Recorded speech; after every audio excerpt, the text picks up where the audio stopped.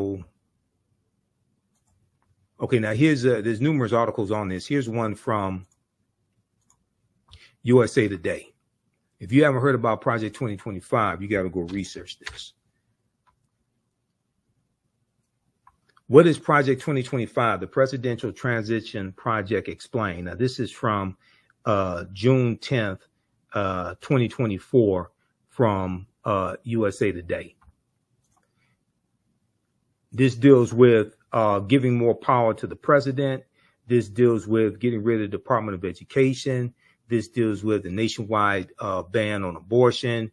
This deals with weaponizing the Department of Justice as well.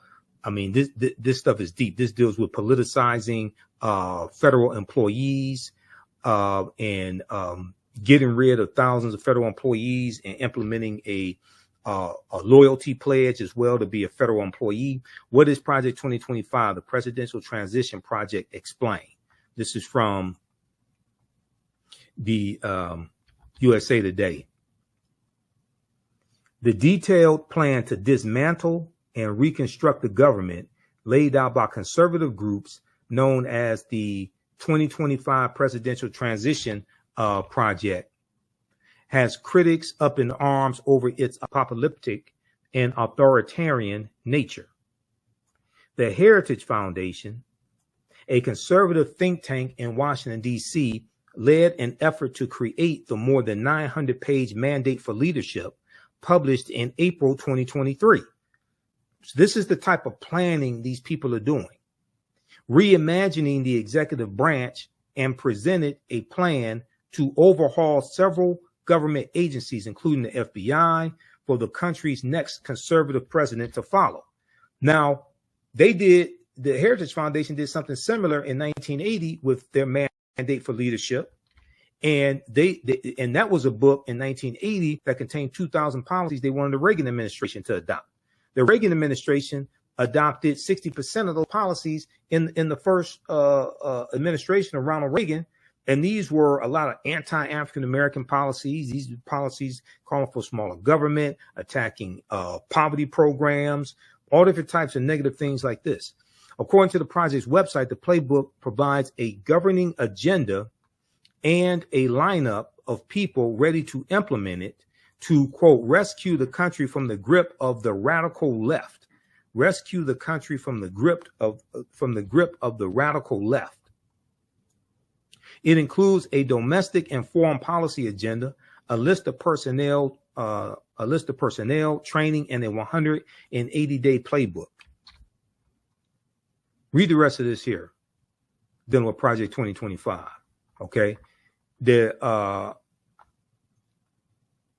numerous articles on this, and this is one from Newsweek.com. Now, this is the Republican National Committee chair. This is Michael Steele, who's African American, and he's confronting. So on the weekend on MSNBC, co-hosted by Michael Steele, they just had the guy who's the head of the Heritage Foundation on the show. They had him on this weekend.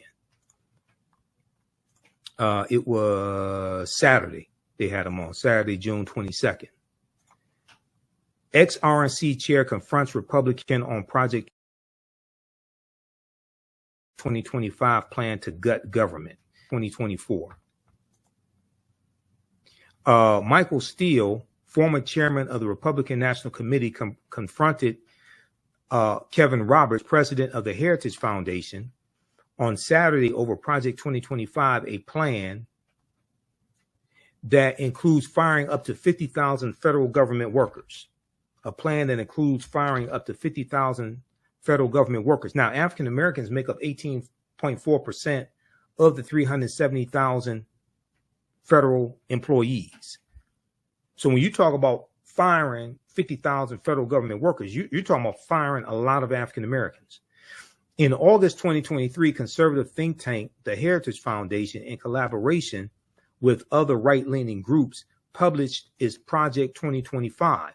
According to its official website, the project aims to pave the way for an effective conservative administration by using a policy agenda, personnel, training and a 180-day playbook should the GOP win the 2024 election, should Donald Trump win. This is what they're saying.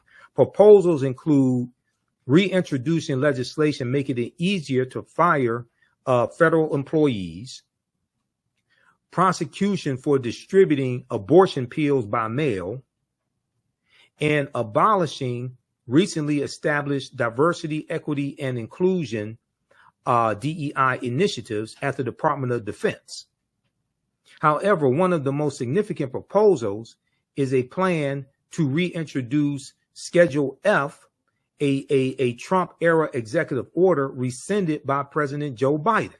Okay, research Schedule F, the Schedule F employees, rescinded by President Joe Biden, that would see tens of thousands of federal workers reclassified, making them easier to fire. Once again, African Americans are 18.4% of federal employees. While the Trump campaign has previously said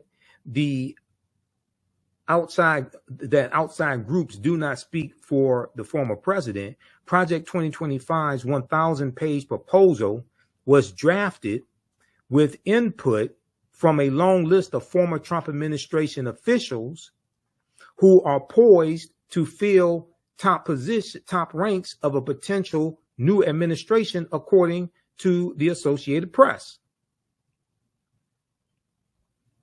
Newsweek has reached out to Trump's campaign via email for comment. Now, during Saturday's MSNBC's The Weekend, former RNC chair Michael Steele, who is African American and the co-host of the program, he discussed the specific proposal of replacing federal workers, asking Kevin Roberts, a Republican and the head of the Heritage Foundation, about who will be replacing them. Quote, talk to us about what that looks like if Heritage is calling for removing 50,000 federal employees. Who are you replacing them with, and where do they come from? I suspect a lot of those people you are talking about have been in the federal service for a long time and served not just Republican administrations, but also Democratic administrations, Michael Steele said. Kevin Roberts mentioned political contributions as he claimed federal workers contribute to the Democratic Party. See, what they want to do is they want to go through and weed out federal employees, and they only want federal employees who will be loyal to Donald Trump. And that's not how federal employees work. Federal employees are not loyal to a president. They are employees that serve the country. They stay there for 20, 30, 40 years. They serve many presidents. They're not there to serve a president. What I mean is they serve under many presidents. They're not there to serve a president. They're there to serve the country, but they work under many presidential administrations. They're not there to be loyal to one person. That's not how this works. Quote, they have, and 95% of them who give political contributions give them to the Democratic Party. Kevin Roberts said, the head of the Heritage Foundation, they can donate to whoever they want to. You can be a federal employee and make political donations. You have a right to do that. However, Michael Steele interjected and asked, quote, so you're going to fire someone because they wrote a check to a Democratic candidate? Kevin Roberts continued by doubling down on the efforts to replace civil servants, calling them unelected bureaucrats. Quote, now we're going to fire someone. He said, no, quote, no, we're going to fire someone, and the number needs to be more than 50,000.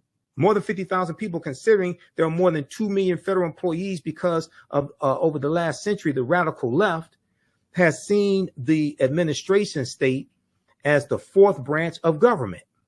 They're unelected bureaucrats, but ultimately we have to devolve power from the imperial city of Washington back to the people. You listen to this guy. This guy sounds crazy as hell. Go to MSNBC.com. Go to The Weekend, watch the interview that they did, that the TV, not the pop artist, The Weeknd, not him, the political show on MSNBC, The Weeknd, okay, with Michael Steele and Simone and Menendez. Okay, go watch that. They interviewed Kevin Roberts Saturday, June 22nd, 2024. This dude sounds like a Trump bobblehead full of conspiracy theories. And he's the head of the Heritage Foundation. This is the organization that created Project 2025. Not only that,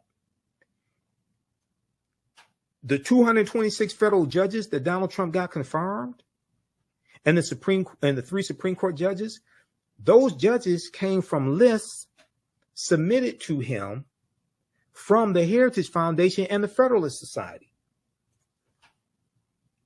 Go research that.